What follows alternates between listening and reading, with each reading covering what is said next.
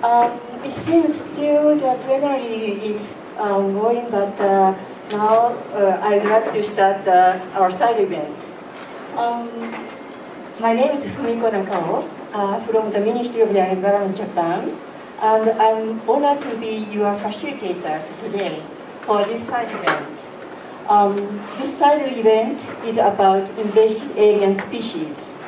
And as you know, Invasive Alien Species Program is one of the 5 main causes for the biodiversity degradation, identified by the IUCN Global Assessment. And this is the reason behind of the Target 6 of the Kunming-Montreal Global Biodiversity Targets. And also, you know, the IUCN Invasive Alien Species Assessment report was released last week. And probably you don't know, the G7 meeting, which was organized in Japan this year, we identified IAS issue is a very serious issues which should be targets and tackled by the G7 members. Because Japan is the presidency for G7 for this year, so we are leading the G7 initiative on invasive alien species. And we are organizing a series of events to moderate these issues, as well as developing a set of recommendations among G7 members on IAS issues. So today's side event is one of that kind of consultative events. Japan was also hosting the TSU, supporting the IUCN assessment report work for invasive alien species. So we are very keen to tackle with these issues, and we amended our law in charge of, regarding the IAS issues, and creating the relationship between private sectors to tackle with IAS.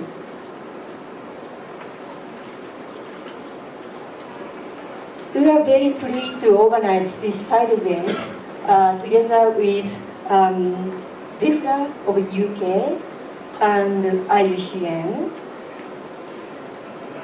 Yes, and other distinguished speakers from CBD Secretariat and government of South Africa, yes, and government of New Zealand. She's not coming yet. Yes.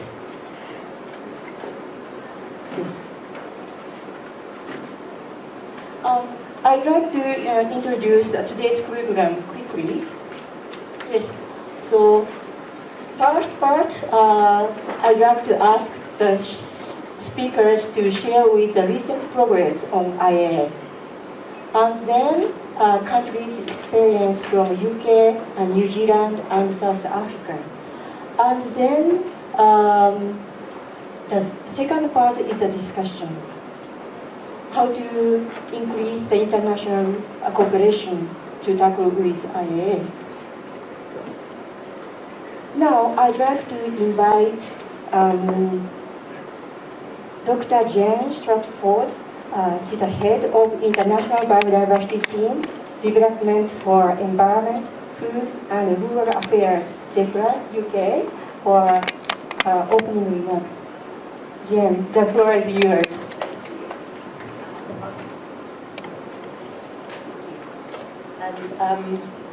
Good afternoon, everybody. It's really brilliant. It's the first day of a really important Subsidiary meeting, and we know that side events, there's a huge call on your time, and there's a whole world of side events out there, so we're really grateful that you've made time to come along to this one.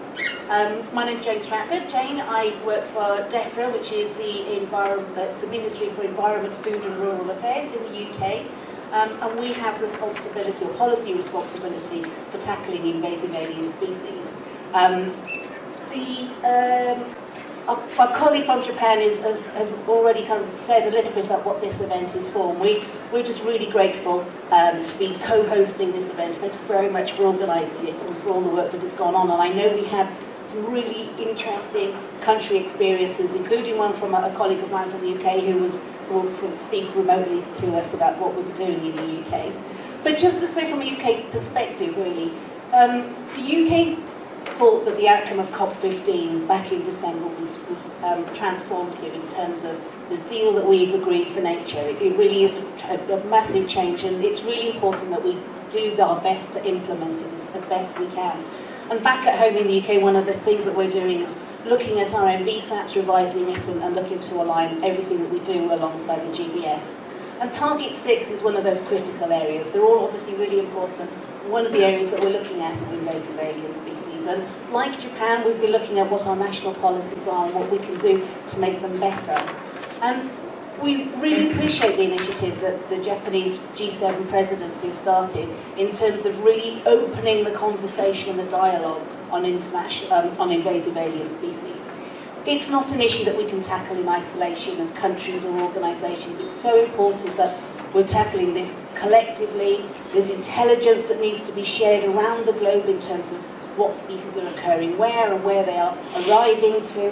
And so the only way that we're going to really make a difference is if we all operate together. Japan has started this process, and I know there are further steps to be going forward. And that's why we think this is really an important and critical stepping stone and perhaps a catalyst for opening that discussion even further. So I will hand back to our facilitator for the really interesting discussions that we've got. Thank you. Thank you very much, Jane. You complimented what I should say. Thank you very much. Yes, to tackle with invasive alien species, international cooperation is very important. Now in Japan, the fire ant issue is a very serious issue, but because it comes all the time with imported stuff, so not Japan only, the effort is not enough to tackle with these issues, and we realized very honestly that international cooperation is necessary. So this is also the main reason to organize this side event, to increase international cooperation and involve other better sectors like business sectors. So about 10 days ago, we organized a webinar, almost the same team, and at the time we invited the task force on nature-related financial disclosure. It's a little bit difficult. TNFD people, how to involve business sectors. So, So because we only have limited time available, so I'd like to go into the program, a recent program progress on IAS. So I'd like to invite Professor Helen Roy, one of the co-chairperson of IPBES assessment of invasive alien species and their controls. Helen very kindly participated in this seminar, in this side event, while she has to attend another side event, which is currently organized in another meeting room.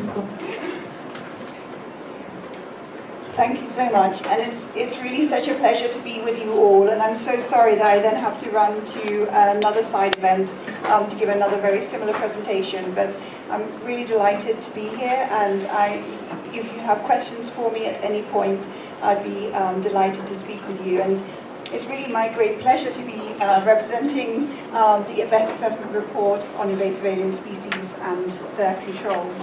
I can do the slide. Oh, that's great. Yeah, next slide. Thank you. I think it's always very useful to begin with what are invasive alien species, and indeed, for those of you who are in the Bonn plenary, the Best 10 plenary, or following it online, perhaps you would have seen the lengthy discussions we had around this. So, Back in 2019, when the global assessment was published, invasive alien species were recognised as one of the 5 major drivers of biodiversity loss. But I think there is a general feeling that the magnitude of the threat has really been underestimated and undervalued over the years. And this assessment is the first comprehensive assessment which really demonstrates the huge major threat of invasive alien species and their importance as a driver of biodiversity loss. So you can see they're very diverse, of course, and when we were speaking about invasive alien species, we're speaking about species that we moved from one part of the world to another part of the world where they would not have otherwise naturally occurred by human activities. And that's the alien species that some of those go on to establish and spread and cause quite dramatic problems, and that's the subset that we refer to as invasive alien species. So I'm just going to a little bit race through the findings of the report, but hopefully it'll be useful for you, and as I said, if there are questions on any of the details, then you can catch me at some point in the coming days. So we know that people and nature are threatened by invasive alien species in all regions of Earth. And some of the facts and figures that we pulled out within our database of alien species, we've got 37,000 established alien species introduced by human activities worldwide. It's increasing by about 200 every year. And as I mentioned, there's a subset that are the problematic species, if you like, the invasive alien species, and that's about 3,500. We carried out a very extensive review alongside indigenous peoples and local communities, and there's about 2,300 invasive alien species on the lands of indigenous peoples and local communities. And this infographic, which comes from the Summary for Policymakers, is essentially highlighting the way in which these invasive alien species have impacts on nature, but they may also have impacts on good quality of life and nature's contributions to people as well. And indeed, some of them will be impacting in all different directions. One of our other key findings, and perhaps of great concern, is that current policies have been insufficient in managing biological invasions and preventing and controlling invasive alien species. So we carried out a huge review of policies and management investment from around the world, and these are just some of the figures that come from that. So although most countries, about 80%, have targets for the management of biological invasions within national biodiversity strategies or action plans, many, 83%, don't have any national legislation or regulations directed towards this huge threat, and nearly half of all countries, about 45%, do not invest in the management of invasive alien species. So the ways in which these species are impacting nature, they're changing ecosystems, and this is a picture from a remote island, St. Helena, with New Zealand flax growing throughout the cloud forest. They have impacts through predation and herbivory, and also competing with native species. There are a whole range of other mechanisms by which they impact on nature. In terms of impacting people, again, a whole variety of different ways in which these species are causing impacts on economies, food security, water security, human health, cultural identities, all of these being negatively affected by invasive alien species. Another of our key findings was that people with the greatest direct dependence on nature, including indigenous peoples and local communities, may be disproportionately affected by invasive alien species. So a few more numbers. There's a lot of numbers that come from our assessment, and many of them very bleak. So 60% of global species extinctions have been caused solely or alongside other drivers by invasive alien species. When we look at the global costs, and we know this is a huge underestimate, this is the tip of the iceberg, $423 billion US annually, and this is the cost for 2019, and as I said, is a big underestimate. When we were drawing together information on impacts, we were looking for documented positive impacts as well as negative impacts. And so by going through that very comprehensive review process, what we can say is that 85% of all of the documented impacts that we were able to find through the very extensive review are negative on nature and good quality of life. And a very similar figure, about 80% on nature's contributions to people. Also pulling out from the data within the assessment, we can see that the threats from invasive alien species are increasing significantly in every region. So this is a panel of graphs showing different taxonomic groups and with the different regions for each of the lines over time with the number of alien species, but really what's important is all of the curves are following the same trajectory of increase. So we are at the heart of the problem. It's our human activities that are moving these species around the world, transporting them, introducing them, in some cases assisting establishments in spread. And another key finding is that if things remain unchanged, by 2050 we anticipate that the number of alien species will increase by about a third. But the really perhaps depressing part to this is that we know that things aren't carrying on as they were. Things are worsening. Climate change is worsening, land use change is worsening, and these interact with invasive alien species, so we anticipate again this is likely to be an underestimate of the problem that we will face. And we really see these very complex interactions amongst drivers of change, and we can see that not only in terms of the main drivers of change that were the direct drivers of change, but also indirect drivers as well, demographic, economic, alongside land and sea use change and climate change, amplifying the magnitude of the impacts of invasive alien species. But perhaps this is our first moment of hope in that if we act towards invasive alien species, to managing that threat, we will have benefits for the other drivers of change as well in terms of mitigating their impacts to some extent as well. Next slide, please. So, although we are at the heart of the problem, we're also at the heart of the solution. And throughout this assessment, as an expert team, we were really at pains to want to find solutions, to be very solution-orientated. So a large part of the assessment and some of the policymakers is very much focused on solutions and options. And there are many, many different approaches that we can take. Action against invasive alien species is achievable and it is realistic. Prevention is the most important action. Preventing the arrival of species in the first place is the most important approach. But there are other options available, and really the other aspect that we bring out in terms of options from the assessment is that this ambitious progress can be achieved if we all work together with integrated governance, and we outline a variety of different strategic actions as options and the kind of properties that would need to be in place in order for the delivery of those actions to be successful. And I don't have time to go through all of them, but you will see they involve collaboration across international and regional mechanisms, ensuring we have adequate information systems, capacity building, adequate resourcing, and they are all outlined in this infographic within the summary for policymakers. So, looking across the whole assessment, and there are now copies available at Subsidiary here, there's compelling evidence for immediate and sustained action, and with sufficient resources, long-term commitment, preventing and controlling invasive alien species are attainable goals, and these will yield significant impacts and long-term benefits for people and nature. So I'm just going to finalise with some of the expected impacts that we're anticipating from the report. Can I just check on time? Have I got time to do that? Yes, okay, great. Very, very quickly. Okay, we'll go through very quickly. Next slide, please.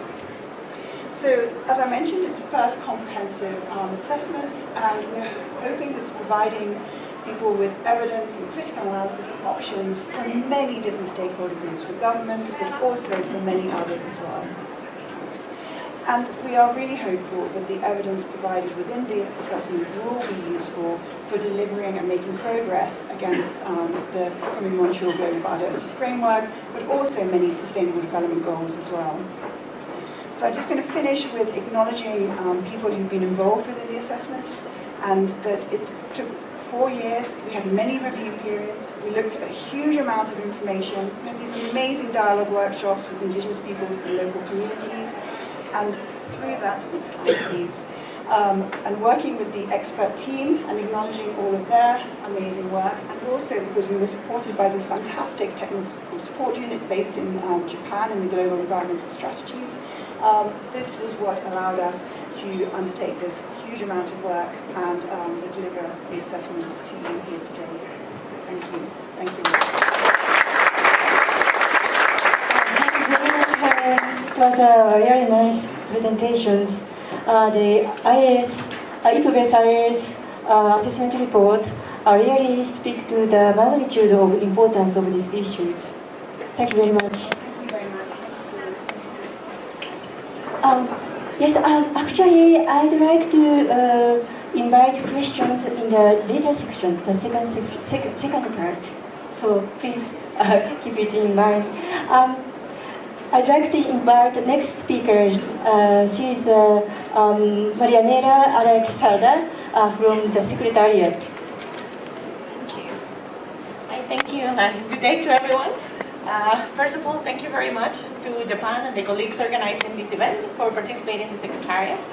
I would like to share with you briefly some information of what we're doing in the work on invasive alien species and how we consider that the Secretariat can play an important role in facilitating cooperation towards tackling invasive alien species. So, next please.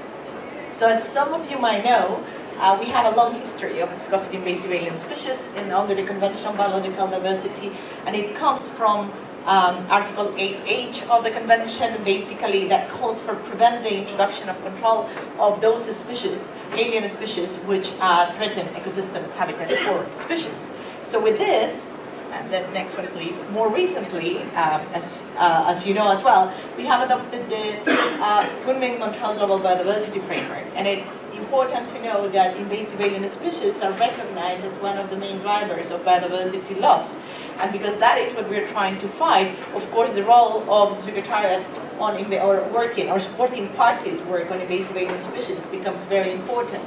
So within the framework, invasive alien species being one of the direct drivers are reflected on the targets that are meant to reduce threats. So if you go to the next one, please. So we specifically have Target 6, right, that most of you might be familiar with. And Target 6, it's an ambitious target and many other targets of the GBF, but it pretty much calls for eliminate, minimize, or reduce the impacts from invasive alien species. And it highlights the importance of prioritization and managing pathways and prevention. And those are key elements that we should keep in our mind when we work on invasive alien species. But as I said, this is a very ambitious target also, trying to reduce the rate of introduction and establishment by 50% by 2030. So if we really want to be successful, we really need to work together, and we really need to take action now if we really want to see results in 7 years, which is what we have left pretty much. So what is needed? What can we do to really be successful? Can we learn from what happened with the Aichi targets? What can we do differently this time to be successful with invasive alien species now that we know what a global problem they are? So probably this is certainly not an exhaustive list, but I want to highlight these points, some of them coming from the considerations for the implementation of the GBF. So the first one is the whole of government and whole of society approach. And this is very important, specifically when we talk about cooperation, because it was mentioned previously on the opening remarks by the colleague from UK, and it was also mentioned by our colleague from Japan today. We cannot tackle invasive alien species in isolation. It's a global problem. It's a cross-cutting issue. It touches on so many sectors, from global trade to commerce to agriculture to so many other things, that it's impossible that one single entity can be able to provide the needed support to tackle the problem on its own. So the whole of government and whole of society approach that it's promoted by the GBF, it's really key for this particular aspect. So it also goes connected with promoting the use of science and innovation, and how we should proactively be looking for solutions that might come in the near future by the use of science, innovation, and different kinds of knowledge. Cooperation, which is the core topic also for this side event, is at the heart of the strategy, perhaps, to tackle invasive alien species, and it goes hand by hand with the whole of government and whole of society approach. Because of what I said, like being a cross-cutting issue, we really need to work together, and also because it's a global problem, right? No single country is free of invasive alien species, so we really need to work together, share lessons, and hold our hands in this fight. Then also information sharing and awareness raising, very important, because as I said, We don't need only the experts to be engaged. We don't need only one single government institution to be leading on this. We need the civil society, we need indigenous people, local communities. We need everyone to be engaged, to be aware of the threat, to be aware on how they can collaborate. So information sharing and awareness raising, also very important. And finally, funding, of course, to make sure that we have adequate resources to tackle the problem that we have. I want to share the example of a very tangible mechanism that we have established as per request of the COP, which is the Interagency Liaison Group on Invasive Alien Species that have been established under the Convention on Biological Diversity. And the idea was that the COP called for a group to facilitate this cooperation amongst relevant organizations, support measures to prevent the introduction, and to mitigate the impacts of invasive alien species. So far we have 11 organizations that are members of the group, and you can see them here. So it's a group that we really appreciate working as part of this group, because we get to really work together with other colleagues that perhaps have a different perspective of how to tackle invasive species in the sectors that they are represented. So really it's a great opportunity for the Secretariat to foster cooperation through the operation of this group. Thank you. And I want to make my example of the importance of this group probably more concrete. If you are familiar with the latest decision on invasive alien species from COP15, that is decision 1527, you can see that the parties actually recognize the importance of this group, because they have given the Secretariat a mandate to implement a set of requests, almost all of them in collaboration with the liaison group. So that means to me that really the parties appreciate the work of this group. They understand the cross-cutting nature of invasive alien species, and therefore they have given us a mandate to work on different things. Some of them are technical issues, and within those technical issues, for example, we have been requested to work on the relationship between pathogens and infection diseases and invasive alien species. We have also been requested to consider guidance for the cleanliness of sea containers and labeling system for living organisms. And then, apart from those technical issues, we have also been requested to work on needs assessment and capacity developing issues in collaboration with the group members. And that includes evaluation of existing capacity and needs, for which the EPAS assessment that has been published now is very important. Evaluation of existing gaps in knowledge, monitoring and management, and update the CBD online toolkit, which I don't know if you are familiar with that, but previously in support of IUCN Target 9, a toolkit has been developed to support parties in implementing the target. And now that we have Target 6, that toolkit, with the support from the Japan Biodiversity Fund, is going to be updated in support of the implementation of Target 6. So this is just some example of the activities that we can work in cooperation with other organizations and initiatives from the CBD Secretariat, and how powerful that can be, because from the CBD Secretariat we don't really have all the knowledge. I mean, invasive alien species affect trade, as I said. We network with ICAO for aviation, with IMO, so those are many things that we cannot really do on our own. So it's really powerful to have that support. And I'm almost going to conclude, don't worry. So just want to highlight the importance of the IPBS assessment, but I'm not going to get into details because you have already heard a lot of important things from Helen, but just to recognize that this assessment also highlights the importance of cooperation, and the most important message really is that ambitious progress to manage biological invasions and invasive alien species, in this case, can be achieved with integrated governance, and that means really cooperation. So, how can the CBD Secretariat work or support this? I think we can continue to support the work of the liaison group on invasive alien species and really get the best of this group. We can support as needed information exchange mechanisms and activities, experience and information and knowledge sharing, engage actors that could bring important expertise or resources to support the work on invasive alien species. And we can also continue to provide opportunities for networking and discussion, as we have always done through webinars and online forums and things that are really very cheap. They don't cost a lot of resources, but they're very effective in helping us to spread the message, disseminate information, and sharing knowledge. So, yeah. So my last slide is just to put everything into context for this meeting. As you know, invasive alien species is one of the agenda items for SBSTTA25, and it's agenda item 5. So basically, one of the main points that will be discussed under agenda item 5 is elements for voluntary guidance that have been produced by the work of an ad hoc technical expert group that was mandated from COP14. And then those elements have been now revised and presented for consideration of the parties, and then finally also considerations of the importance of the findings of the IPES assessment for the work on invasive alien species. So hopefully with those documents, the parties will be able to decide what do we need to do to implement Target 6, what is going to be, what's going to happen in COP15. So yes, thank you very much. Thank you very much, Naganera. It was really nice, great presentation about what is the discussion under the convention and also the activities conducted by the Secretariat and others. Thank you so much. I'd like to invite the next speaker, Mr. Kevin Smith from IUCN. Thank you very much. Hi everybody. Okay, I'm going to be whipping through the slides. I realise we're running a little bit late. Yeah, no, that's fine. Next one, thank you. So IUCN have been supporting work on invasive alien species, particularly just in support of HE Target 9 for quite some time, for over a decade now.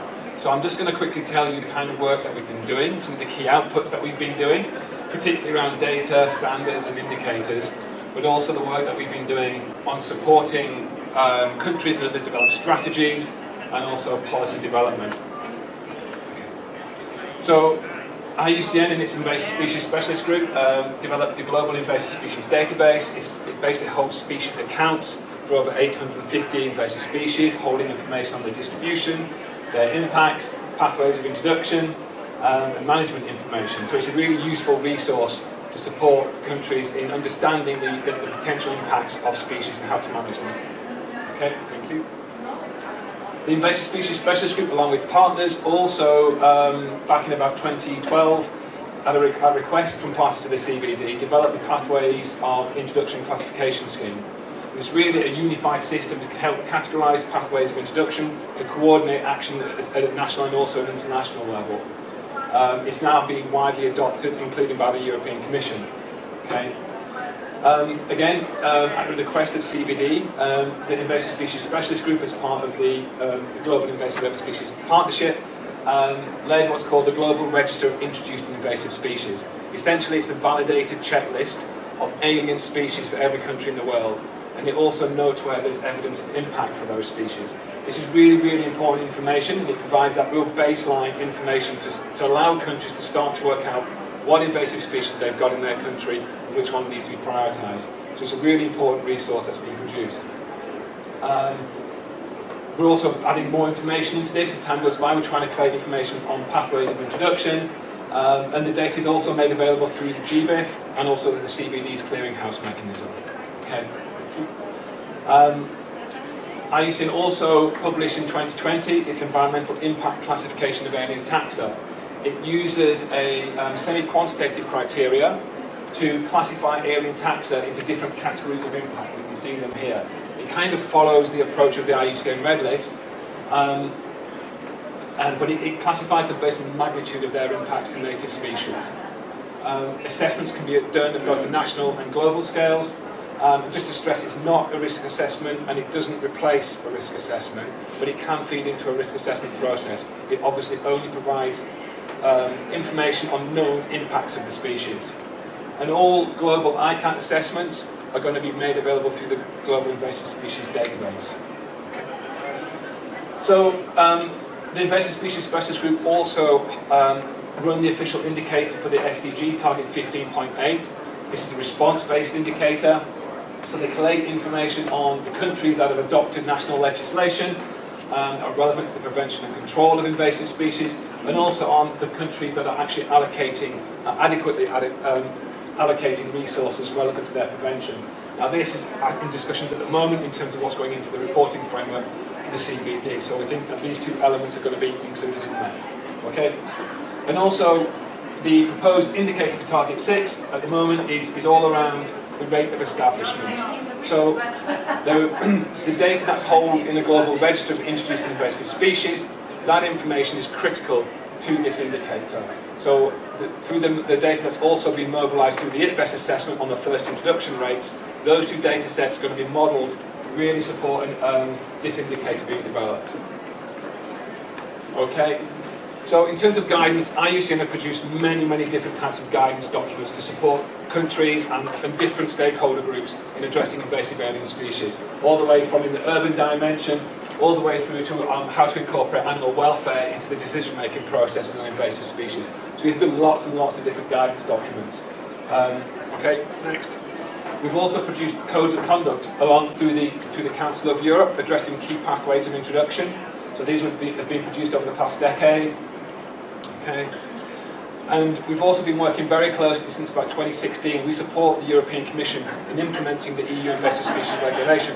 And one of the guidance documents out of many that we've produced with the European Commission, which is very relevant to the discussions here, is that we produce guidance for the interpretation of the CBD pathway categories. It really sets out what those pathway categories are, what they aren't. It provides examples of species that are associated with those pathways, and it also provides a really useful flowchart to allow you to help to well, which pathway exactly am I talking about? Is it horticulture or is it, what is it? So it's a really useful document to support the adoption of those pathway categories. Okay, so what do we want to do moving forward in terms of supporting progress towards Target 6? The amazing work that's been done through the ITBES assessment, those 3,500 known invasive alien species, we want to get those assessed using the ICAP categories and criteria, and making that information available, updated through the Global Invasive Species Database. All the information on pathways and distribution of invasive alien species, we want to have all that information made available through the GRIS dataset. But of course, we do need financing to do this work. Okay. As mentioned, yeah, we really need the sustainable resourcing to maintain and update the data sets, including ICAP, GRIS and GSD. But we've also identified what we think are other data sets that would be really useful to support the implementation of Target 6. So that's the database on management actions. It'd be really useful if people can kind of query data sets to find out, well, what management actions are effective for different objectives? What can I use for this species to control it, or eradicate it, or detect it? So we really would like to try and collate this information and make it available. Pathway management. It would be great if we could collate all the different codes of conduct, legislation, policies that are relevant to controlling all those different pathways of introduction and making those available too. And lastly, on risk assessments. I think what would really help many countries if people made their risk assessments easily accessible to support. They don't have to undertake the whole process again. They may not have the capacity to undertake really rigorous risk assessments. So we think that would also be useful. Okay, thank you.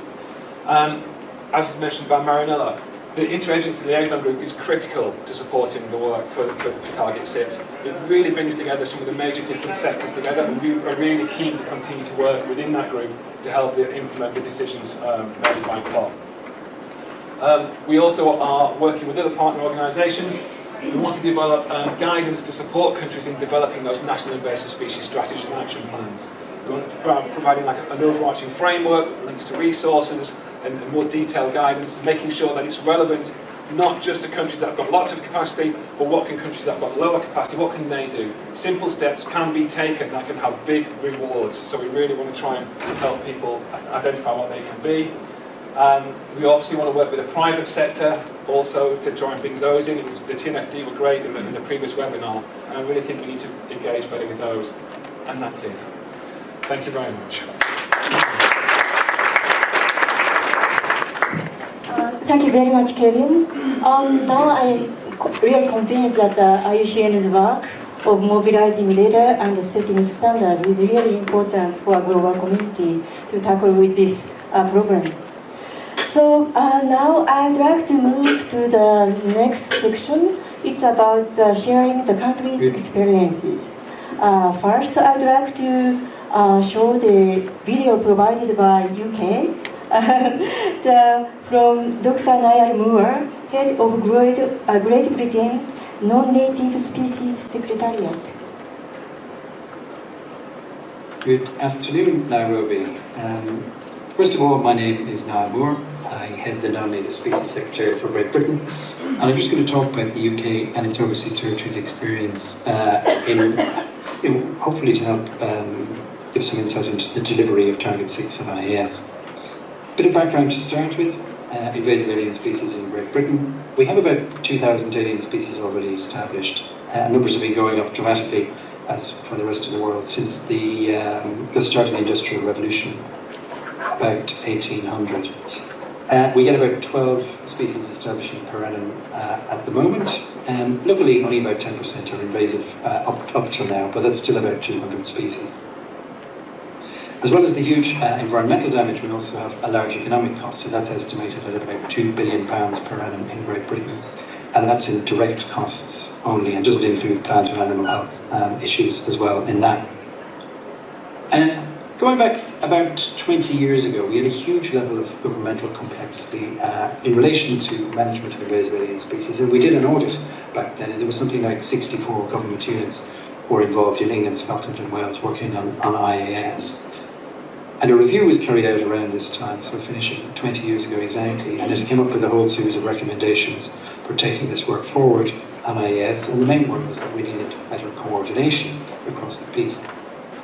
As I said, coordination is key. They set up a programme board with a small secretariat of 4 staff who were actually, whose main job was to try and coordinate action across all the bits of government that were involved in IAS.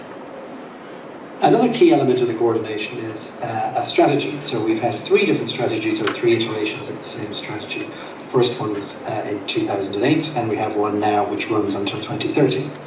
And these are great because they set out a high-level policy framework into which all the actions of the various actors can actually fit in, and there's a whole series of key actions within them as well. And it's very important to add that they also follow the CBD hierarchical approach, supposedly putting most of your effort into prevention and then early detection and rapid response, and finally, long-term management and control. We've reviewed our strategies every 5 to 7 years roughly, and the previous strategy was reviewed starting in 2020 during the pandemic. And one of the key issues that came across was that lack of resourcing is absolutely critical. We found in some work that we'd done in the previous few years, so in about 2018, that we looked at the amount of money that was being spent on biosecurity, for instance, and that was about £220 million per annum. And of that, IAS only gets 0.4%.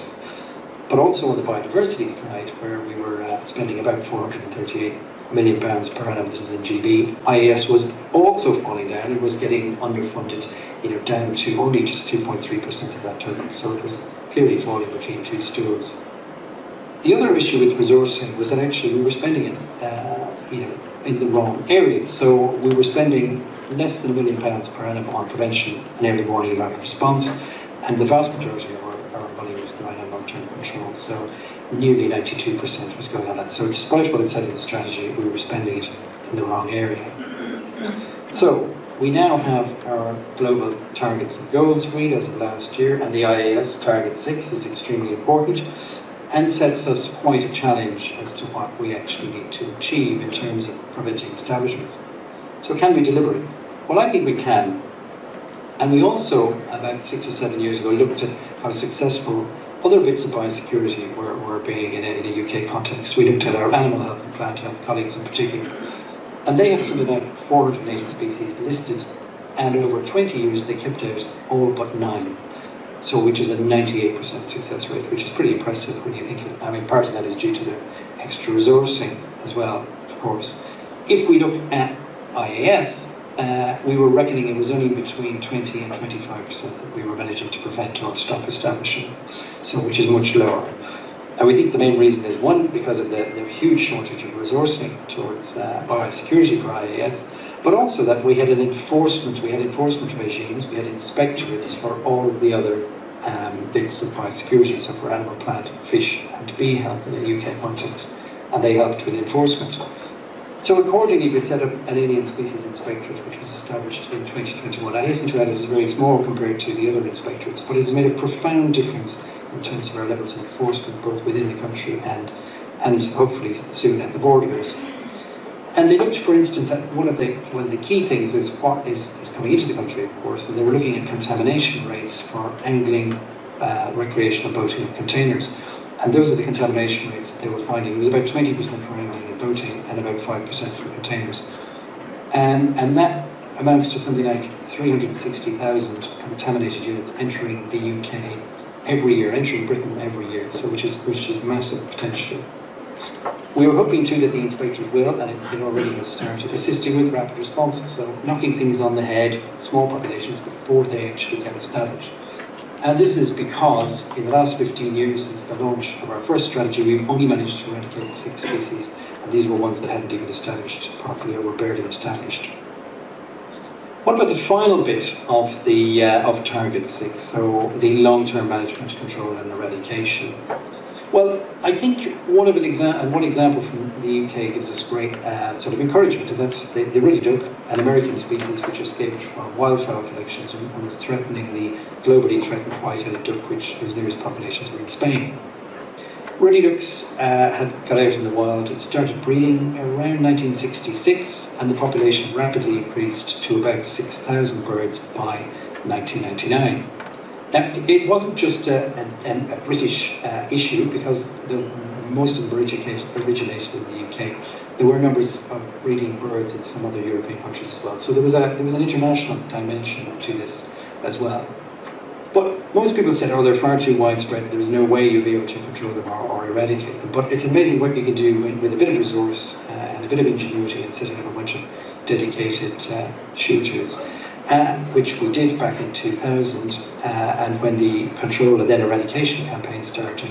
And you can see that numbers very rapidly dropped down, and now they're virtually eradicated in the UK, and hopefully soon across the rest of Europe, to remove the threat to the white-headed duck. Another thing I want to briefly mention is the UK's overseas territories, of which we have 16 across the globe. Now, these are extremely important for biodiversity, because over 90% of the UK biodiversity actually occurs on the overseas territories.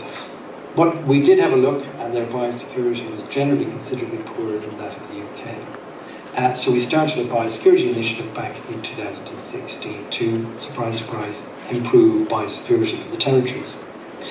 We did a whole raft of pathway analysis for each territory.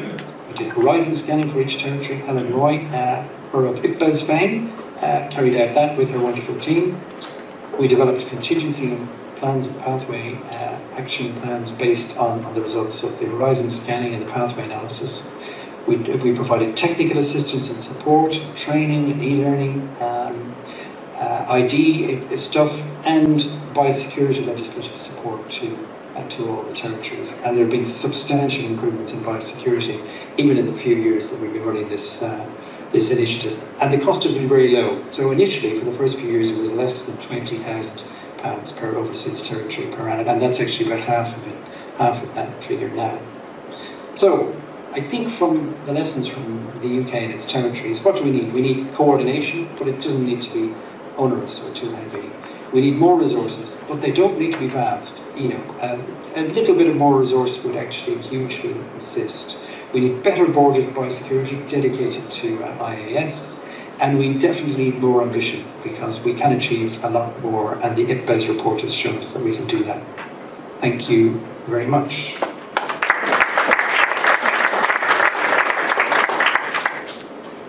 Thank you. It was really encouraging that we should be more ambitious. Yes, I'd like to invite the next speaker. Next speaker is Ms. Danica Stent from International Policy Manager. She's the International Policy Manager, Department of Conservation of New Zealand. Now, the floor is yours.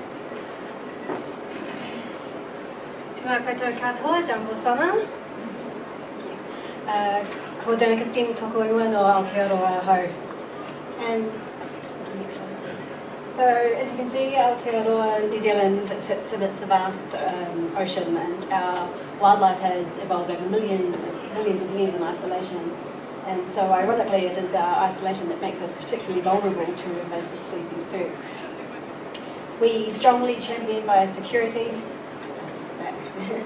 and have a comprehensive package of legislation covering the whole system, from introduction of new pests to managing established ones. The Department of Conservation, I'm still on the last slide, sorry, actually manages, is responsible for over 8.6 million hectares of land, so it's about a third of our country. And the invasive species are the single greatest threat that we face, even more than habitat loss. So managing invasive species once they arrive, emerge or establish is extremely difficult, not to mention very expensive. And so keeping them out is an essential first line of defence. This requires a multi-layered and coordinated approach, and as we heard earlier, must engage all sectors of society. So these groups are often operating under different legislation, hold different responsibilities, priorities, and even worldviews. So getting everyone on the same page can be very difficult. However, success relies on collaboration, big ideas, and champions unafraid to give it a go. Next slide. So, Aotearoa is reliant on international vessels. They move 86% of our, no, 98% of our traded goods and 90% of our marine invasive species. In 2018, we became the first country in the world to develop a national biofouling standard, and so this requires operators to take preventative measures before entering New Zealand.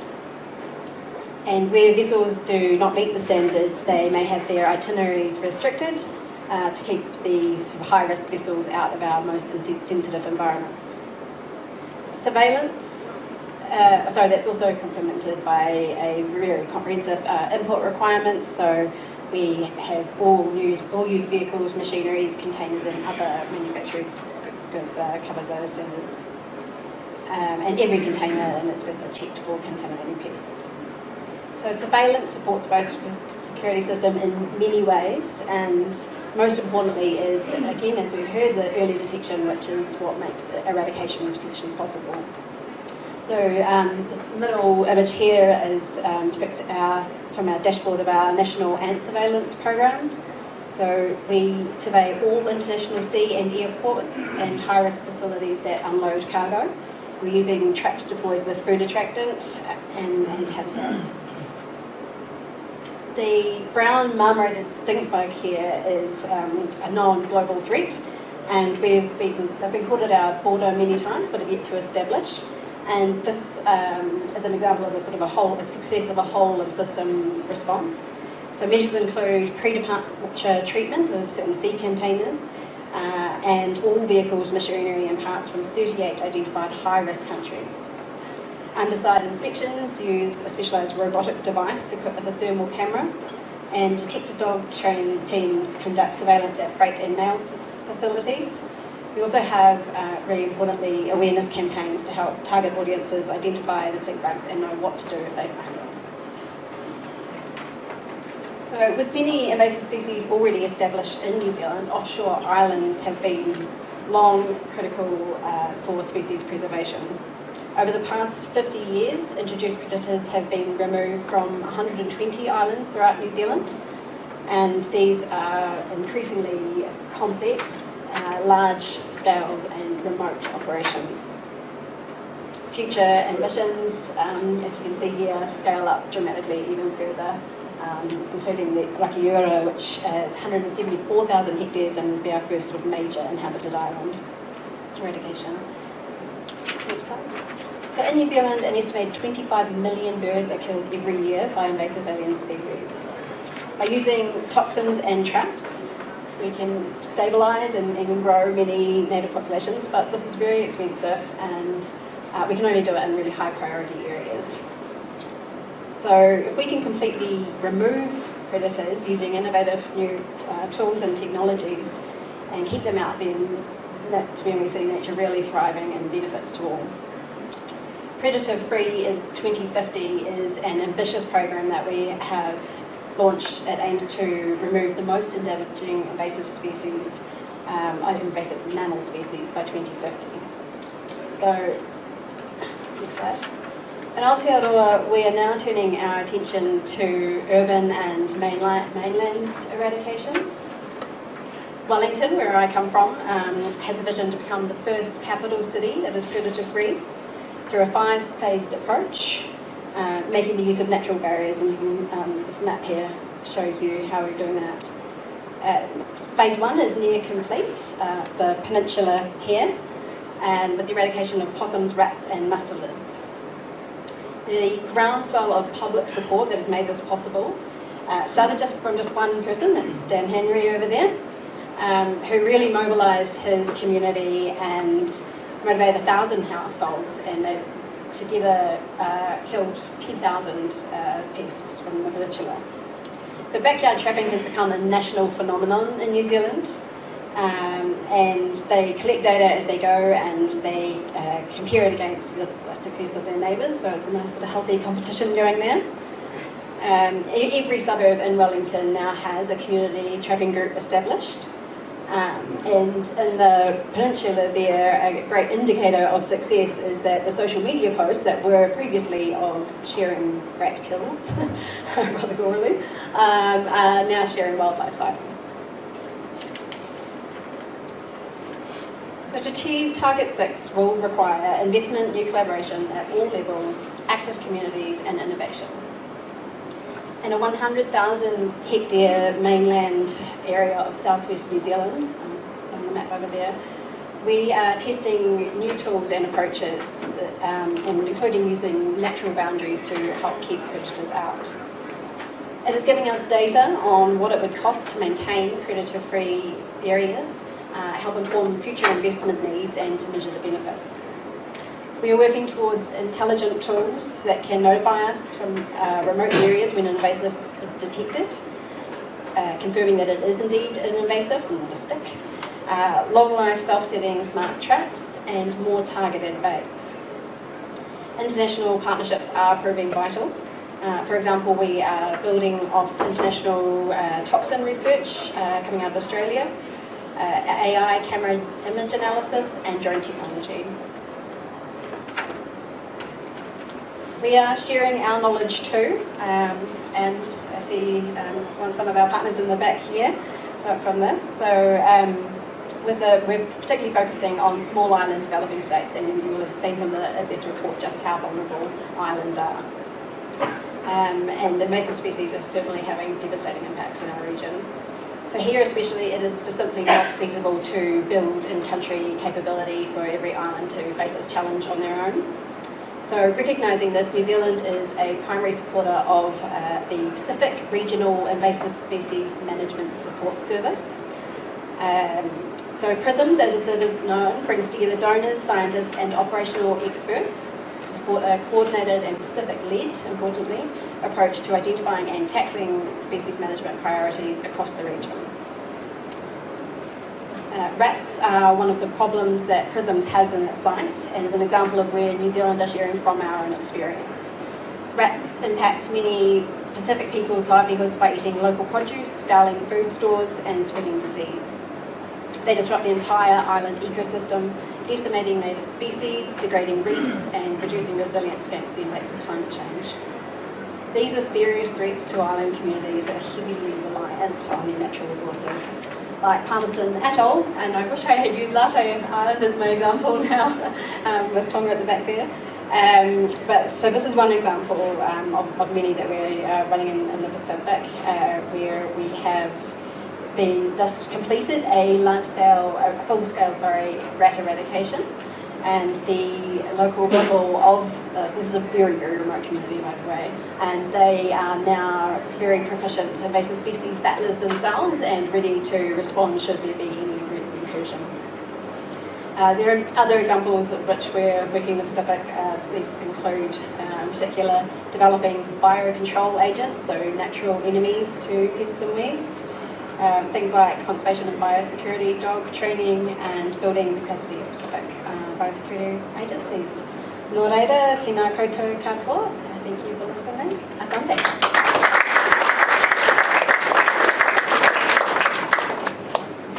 Thank you, Ms. Narika, for the excellent presentation. It was interesting to know how to mobilize the community and regional collaboration. Thank you. And I'd like to invite from South Africa,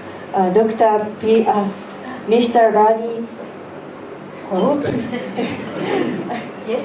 Thank you. It's Bani Kope. Yeah. Thanks very much for the opportunity. We really appreciate this great opportunity to share with you our approach in the management and control of AIS. We use the phrase science policy implementation as a fancy way of emphasizing the need for partnerships. Simply put, really. You need all these stakeholders that are specialists in these respective areas, science, policy, and implementation. Yeah, bit of stats. We are not exempted as a country from the challenge of invasive species as well. Just to give you a sense of, these are older stats, and we are about to publish a new monitoring report, which may give us new numbers. So we've got about over 2,000 species, and so some of them outside of cultivation or captivity in the country. About over 700 are known to be invasive, and over 300 are known to be naturalized, but not invasive. And about over 355 are present, but not naturalized. So what are we doing to manage this problem? Our approach is comprehensive. We've got a research component, which largely comprises of scientists who would research on different aspects, and resulting in the production of course, scientific papers, but also reports that are aimed at policymakers, as well as the monitoring reports. And the second part is the policy part, which is now the recipient of the product of science, right? And then we translate those into strategies, policies, and regulations. Also, they help us to constantly revise our regulations over the course of time. Lastly, implementation. It's where we have a workforce that goes out on the landscapes. They do the actual clearing, following the guidance from the science and policy space. Next slide, please. These are the reports I was referring to. So every 3 to 4 years, we produce a report that looks at that comprehensive approach. It looks at what has come through as a new science, and also how have we done in the policy space to address those issues from the perspective of strategies, from the perspective of compliance, enforcement, etc. How many prosecutions, etc., etc. And so the third report is coming now. It's going to be published early next year. So it gives us a sense over time to see the trend. Where are we falling short? Where are we getting stronger? Where are we lacking, basically, so that we focus our energies appropriately. So this was just a quick summary of what we've been doing. Really, I didn't do justice. It's just really those reports that I've shown in the previous slide give you quite a lot of detail in terms of the progress that we've made over the years. Slide, please. We're going to skip this one. I think Marina spoke to this one. We go to the next one. Yeah. So what I wanted to emphasize here is we've begun a conversation as those groups of stakeholders, given the adoption of the KM-GBF. So that conversation is aimed at really domesticating this target. So what we've come up with and what we've noticed is that it's not a standalone target.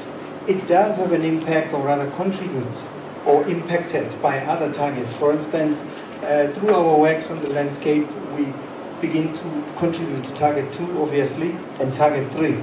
But we have to be cognizant and understand how is target 8 going to affect or impact on our efforts, or basically put a sort of a brake on our efforts to reaching those targets. So it's important that we do work or improve our understanding on the impacts of climate change. And lastly, we may also find some solutions from target 17. For instance, we've got a problem of the short-haul borer beetle in our country, which threatens the agricultural sector as well. So we need to have a conversation with the biotechnologists to say, hey, look, this is the problem.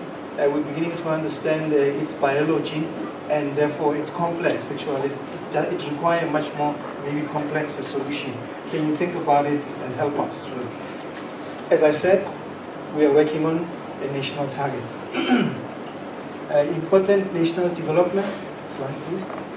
So this is just to give you a sense of how do we look in terms of the legislation as a country. We've got a constitution, supreme law of the country. And also we've got the international multilateral agreements, which is CBD is one of them, all right? So for years we didn't have a white paper on the conservation and sustainable use of biodiversity in South Africa.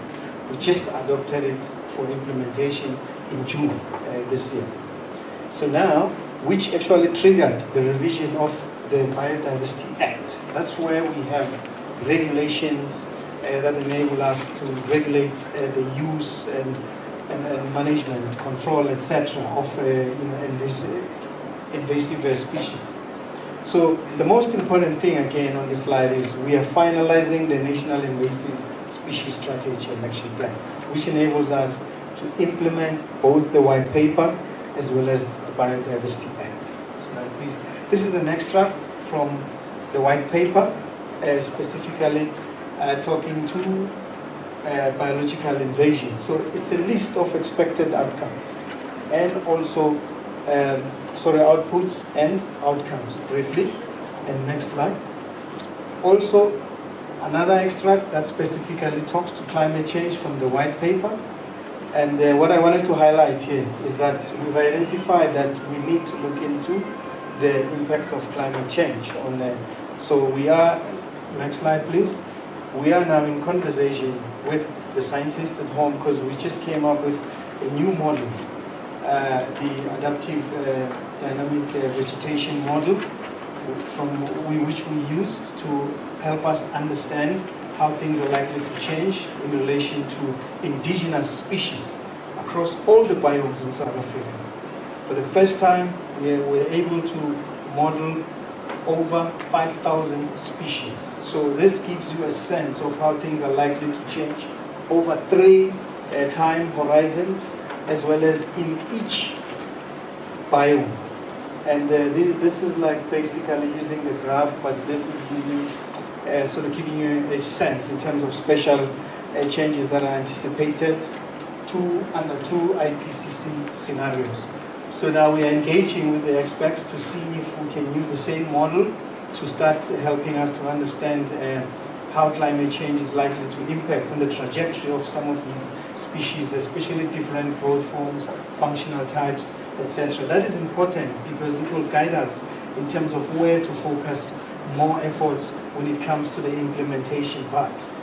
Where do we send the people, the clearers, to really clear faster, in those areas versus focusing on other species where climate change may work, to our advantage. Slide, please.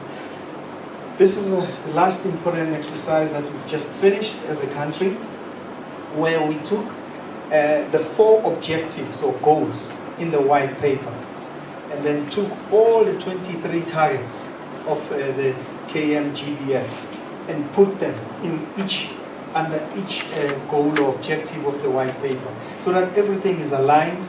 And so now we are finalizing an implementation plan that is cohesive.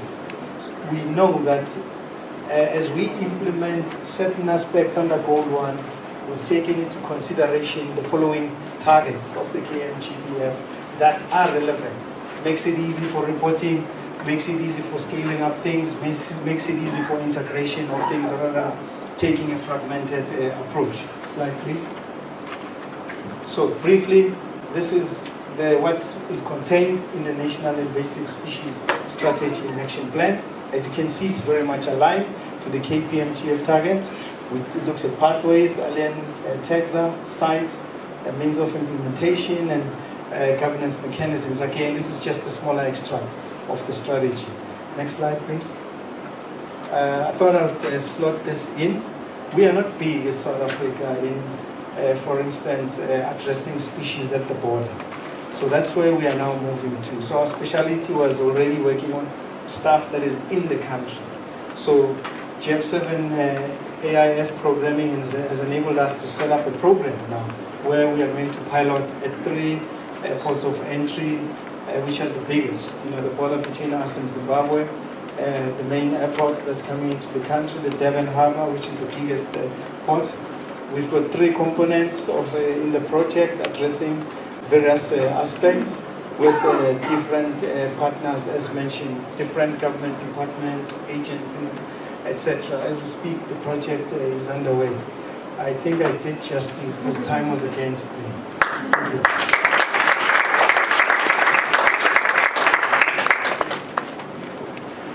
Thank you very much. Very comprehensive presentation about your policy and yes, activities.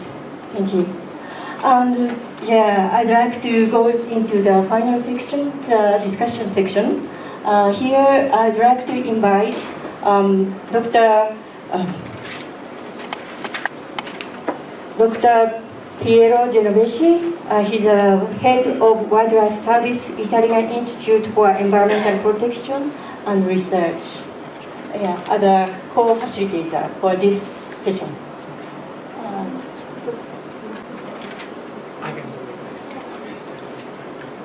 Thank you, everyone. I'm work for an environmental agency in Italy, so something similar to DEFRA. We are in charge of invasive species, but I'm also the chair of the IUCN and Invasive Species Specialist Group. Since we have very few minutes left, I must say that I'm impressed by the level of information that was shared here, because we hear so much about national expertise, and I think a case study is so relevant, so important. So I think it's important to learn from each other, even if the discussion will be very short. So, very brief recap. We all agree that we need to work on a cross-sectoral approach. This is the key, and came out from New Zealand, the UK, South Africa. It's a general call for involving all sectors, and this is a challenge. Involving the private sector is also very important. It is something that in G7 initiative is particularly important. So cooperation as a key, and this is also the reason why we were very happy to be involved in this G7 idea, because the message that came also from New Zealand is that many countries cannot combat invasive species alone. So we need to support actions for countries that are less developed, but also because many information are not available at the country level. So sharing information, supporting, capacity building, funding. This is essential, because for sharing data, for making data accessible, for sharing experiences, we also need funding and support. This is very briefly my simple recap of what we've said, and I think that Italy will have the next presidency of the G7. All G7 countries were interested in working in this direction, especially to share information beyond the G7 group, but also with other countries, as it's happening today. So if you agree, I will open to a couple of questions, because we have so little time. So I think Braulio was raising his hand, and then Clarissa Arita from ASEAN was asking to take the floor. So any point from the floor that can be relevant? Braulio from Brazil. Thank you, Pierre. I think use this one. I don't know if it works. Okay. Thank you. So one question: with the continuous progress of global warming, and with many specialists being rather pessimistic that we're not going to reach the Paris Agreement targets and goals, how far are we going into this work of invasive species in terms of anticipating the rate of increase of expansion of these invasive species, and start talking about adaptation to new climate conditions? Right. Now, thank you very much. I think you raised a very important point. From the experience in South Africa, you show the countries, we all are working to model what could be the next invaders, and this is one way to be ready, because in the IPBES assessment, one keyword was preparedness. So it's not only adaptation that is important, but also being prepared, like New Zealand did for ants and other invasions. So to forecast what could arrive because of climate change and being prepared. And that could be something very effective with limited resources, as we have seen in some experiences. So I think one message that came out from the IPBES assessment is that we can really meet quite ambitious targets on invasive species if we work together, if we have enough political will and resources to do so. More than in other fields of conservation, probably. That would be my summary of what has been discussed today and in the PBS assessment. Sorry to be so brief, but we only have, I don't know, 1 minute. Someone else? Probably you need to use this one. I don't know if that is working. Thank you so much. Larissa Arida from the ASEAN Center for Biodiversity. I think very interested in the engagement of the private sector. We just had approved the ASEAN Action Plan on Invasive Alien Species led by Indonesia here, but I think we have to be grounded in terms of the collaboration, cross-sectoral, business sector, governments, and the academy, because knowledge and technology are also very important. So I think we really learn, of course, from the others who presented here, but yeah, continuous exchange like this and sharing of actual technology and information is really crucial to this. Thank you very much. No, thank you. I think this is a point that has been discussed very widely in the G7 meetings. And the example of the codes of conduct of working with the industry that are moving material or importers and exporters, e-commerce, so we can work with platforms. This is an area that probably can be strengthened in the CBD decision. So I think it's an important area to be explored, because this is not only a policy and legislation issue. We need to work with all the society, also through voluntary approaches, and also through involvement at all levels. Isabel also. You try to. Yeah, I was thinking of the question that you put on the screen earlier on. Isabel, SPD Secretary. Yes, sorry. I'm Isabel. I work for the Secretariat. I'm from Mexico. I work on the Invasive Species Program with Marianela. And something about strengthening international cooperation. I think we have two challenges here. One is, in spite of having a lot of information on invasive species, knowing what to do, I don't think we've managed to succeed in making the public understand really the importance of invasive alien species, which makes it an issue that's often underestimated by decision makers. So I think that's a very important challenge, to make laypersons understand, why it's important, why they should be involved in working with invasive species, and also bringing together stakeholders that are not necessarily sort of the traditional stakeholders that work on invasive species, because maybe their activities might, they might be unaware they're doing it, but they might be contributing to the spread of invasive species, or maybe they can contribute to the prevention of invasive species really easily.